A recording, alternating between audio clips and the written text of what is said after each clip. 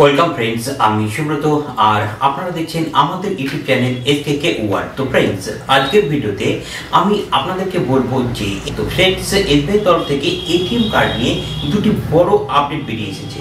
আর friends, আপনাদের কাছে আরেকটি রিকোয়েস্ট যে আপনারা ভিডিওটিকে মধ্যখান থেকে কিন্তু স্কিপ করবেন না, কারণ এমনও হতে পারে যে আপনি 2 নম্বর আপডেটটি জানবার আগে ভিডিওটিকে স্কিপ করে গেলেন আর আপনার 2 নম্বর আপডেটটি ছিল বেশি দরকারি। তো ফ্রেন্ডস, চলুন আর দেরি না করে শুরু করব আজকের এই ভিডিওটি। আর ফ্রেন্ডস, ভিডিও শুরু করবার আগে আপনাদের কাছে একটি ছোট রিকোয়েস্ট, এখনো যদি আপনারা আমাদের চ্যানেল এসকেকে ওয়ার্ল্ডকে সাবস্ক্রাইব না করে থাকেন তাহলে অবশ্যই ভিডিও নিচে যে লাল সাবস্ক্রাইব বাটন থাকে সেখানে ট্যাপ করে চ্যানেলকে সাবস্ক্রাইব করে ফেলবেন। আর সাবস্ক্রাইব হয়ে যাওয়ার পর বেল আইকনকে অবশ্যই ট্যাপ করবেন যাতে নতুন ভিডিওর নোটিফিকেশন আপনি কখনোই মিস না করেন। তো ফ্রেন্ডস, চলুন চলে যাচ্ছি আজকের ভিডিওটিতে।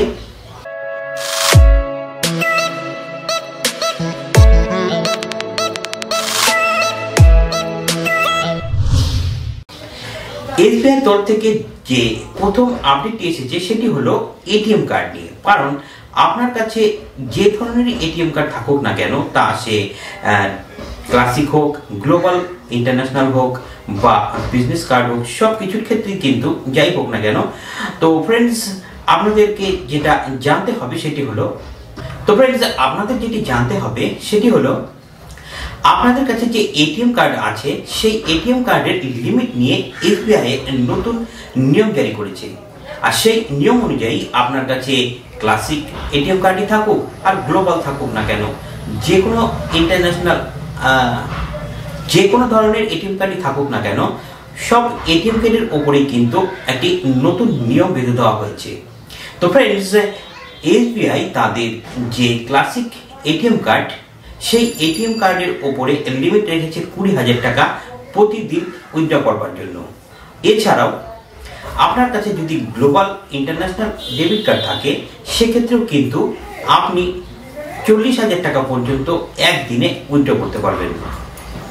তো ফ্রেন্ডস, সাধারণত প্রত্যেকটি ব্যাংকই 4 রকমের এটিএম কার্ড দিয়ে থাকে, যেমন ক্লাসিক, গ্লোবাল, গোল্ড, প্ল্যাটিনাম এবং ইন্টারন্যাশনাল ডেবিট কার্ড। তো ফ্রেন্ডস, এই যে 4 ধরনের ডেবিট কার্ড আপনারা যেটাই ব্যবহার করেন না কেন সব কিছুর উপরে কিন্তু লিমিটেশন রাখা হয়েছে।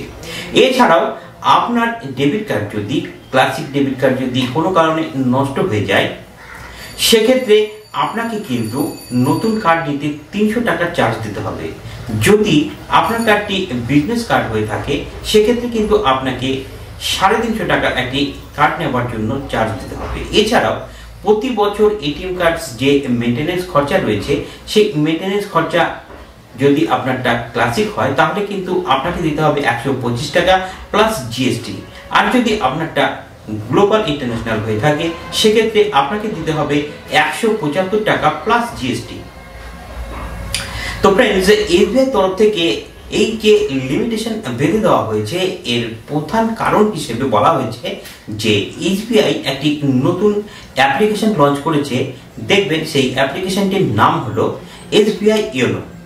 এসবিআই ইয়োনো এনিহোয়ার বলে যে অ্যাপ্লিকেশনটি লঞ্চ করা হয়েছে সেই অ্যাপ্লিকেশনে এখন থেকে উইদাউট কার্ড আপনি যে কোনো এসবিআই এর এটিএম থেকে কিন্তু আপনি টাকা উইথড্র করতে পারবেন, আপনার কাছে কার্ড না থাকলেও চলবে।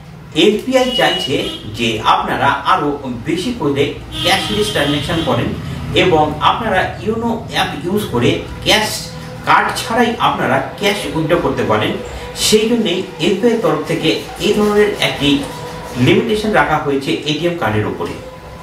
এছাড়াও তারা বলেছে যে এটিএম কার্ডের মেইনটেনেন্স একটা নির্দিষ্ট খরচা আছে, আর সেই খরচাটাও যদি আপনারা মনে করেন করতে চান না তাহলে এসবিআই ইয়োনো ইউজ করেন, তাহলেই তো আপনাদের সমস্ত কাজ হয়ে যাচ্ছে। তো যদিও এসবিআই ইয়োনো দিয়ে কিভাবে টাকা তুলতে হয় সেটার একটা ভিডিও আমি আপনাদেরকে বানিয়ে দেখাবো যখন আমার এলাকায় এসবিআই ইয়োনো দিয়ে এটিএম থেকে টাকা উইথড্র করা যাবে। যদিও এখনো কিন্তু সব এটিএম মেশিন থেকে আপনি চাইলেই এসবিআই ইয়োনো অ্যাপ্লিকেশন দিয়ে টাকা উইথড্র করতে পারবেন না। যেসব মেশিনে এসবিআই ইয়োনো ইউজ করা সম্ভব সেটা কিন্তু লেখাই থাকবে। তো ফ্রেন্ডস, হয়তো আগামী দিনে সব এটিএম মেশিনে এই ফেসিলিটি চলে আসবে। তো ফ্রেন্ডস, এরপরে যে দ্বিতীয় নম্বর আপডেটটি, সেটিতে যাওয়ার আগে আপনাদের কাছে আরেকটি ছোট্ট রিকোয়েস্ট যে আপনারা ভিডিও দেখেন কিন্তু লাইক খুব কম করেন। তো ফ্রেন্ডস, আপনার কাছে রিকোয়েস্ট যে আপনারা ভিডিওটিকে অবশ্যই একটু লাইক করবেন এবং অনেক বেশি বেশি করে শেয়ার করবেন, যাতে অন্যরাও জানতে পারে যে এসবিআই এর এটিএম এর নতুন যে নিয়ম, সেই নিয়ম সম্পর্কে।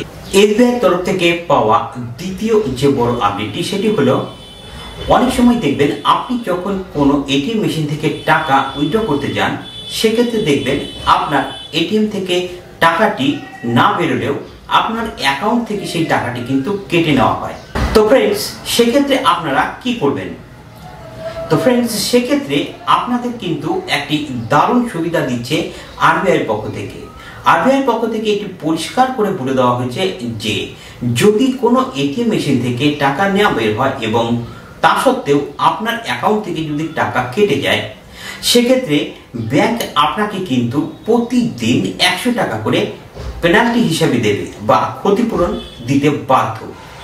সেক্ষেত্রে আপনি কি করবেন, আপনি কিভাবে সেই ক্ষতিপূরণের টাকা পাবেন, সেটাই আমি এখন আপনাদেরকে বলছি। তো ফ্রেন্ডস, এক্ষেত্রে আপনি যখন কোনো এটিএম মেশিনে যাবেন, সেটা সে এসবিআই হোক বা আদার্স যে কোনো ব্যাংকই হোক না কেন, সব ব্যাংকের এটিএম এর ক্ষেত্রেই কিন্তু একই নিয়ম প্রযোজ্য। সেখানে আপনি টাকাটা কার্ডটি ঢুকালেন, কিন্তু টাকা উইথড্র করার পর দেখলেন আপনার টাকা আসেনি, কিন্তু আপনার অ্যাকাউন্ট থেকে টাকা কেটে যাওয়ার এসএমএস আপনার ফোনের ভিতরে চলে এলো। তো সেক্ষেত্রে আপনাকে যেটা করতে হবে যে এই যে টাকা আপনার কেটে গেল, সেই টাকা কেটে যাওয়ার পর 7 দিন আপনাকে ওয়েট করতে হবে। এই 7 দিনের মধ্যে যদি সেই টাকা আপনার অ্যাকাউন্টে ফিরে না আসে, সেক্ষেত্রে আপনি ব্যাংকে যাবেন এবং ব্যাংকে গিয়ে বলবেন কম্পেনসেশন ফ্রম দেন।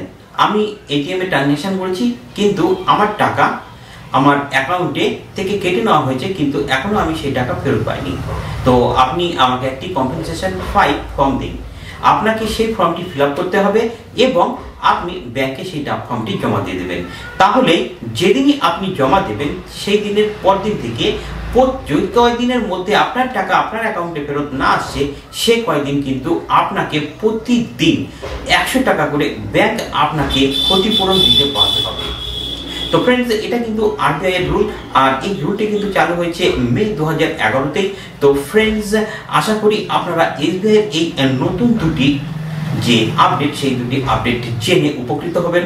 আর ভিডিওটি যদি আপনাদের ভালো লাগে, তাহলে অবশ্যই ভিডিওটিকে একটি লাইক করবেন, শেয়ার করবেন এবং আপনার বন্ধু বান্ধবের যে গ্রুপ রয়েছে হোয়াটসঅ্যাপে, ফেসবুকে, সেখানে শেয়ার করবেন, যাতে সব মানুষ জানতে পারেন যে এটিএম কার্ডের লিমিট এবং এটিএম কার্ডের টাকা ট্রানজাকশন ফেল করে গেলে কি কি সুবিধা বা কি কি করণীয় আপনাদের সেই সম্পর্কে। তো ফ্রেন্ডস, ভিডিওটির সঙ্গে থাকার জন্য ধন্যবাদ। দেখা হচ্ছে আপনাদের সঙ্গে পরের ভিডিওতে। ততক্ষণের জন্য জয় হিন্দ, বন্দে মাতরম।